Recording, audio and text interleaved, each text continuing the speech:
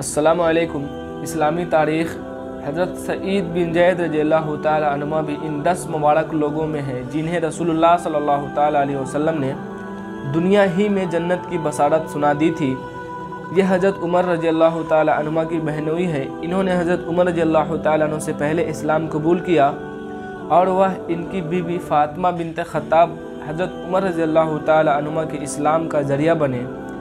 ایک مرتبہ ایک عورت نے عدالت میں یہ دعویٰ کیا کہ سعید رضی اللہ تعالیٰ عنہ نے میری فلاں زمین دبا لی ہے۔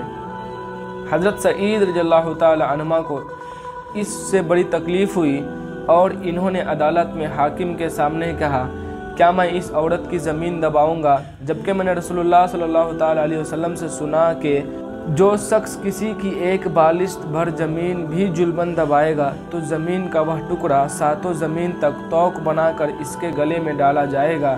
اس حدیث کو سننے کے بعد حاکم نے ان کو بری کر دیا، مگر انہوں نے دکھے ہوئے دل سے کہا، اے اللہ، تو جانتا ہے کہ وہ عورت جھوٹی ہے، تو اس کو اندھا کر دے اور اس کی زمین کو اس کی قبر بنا دے۔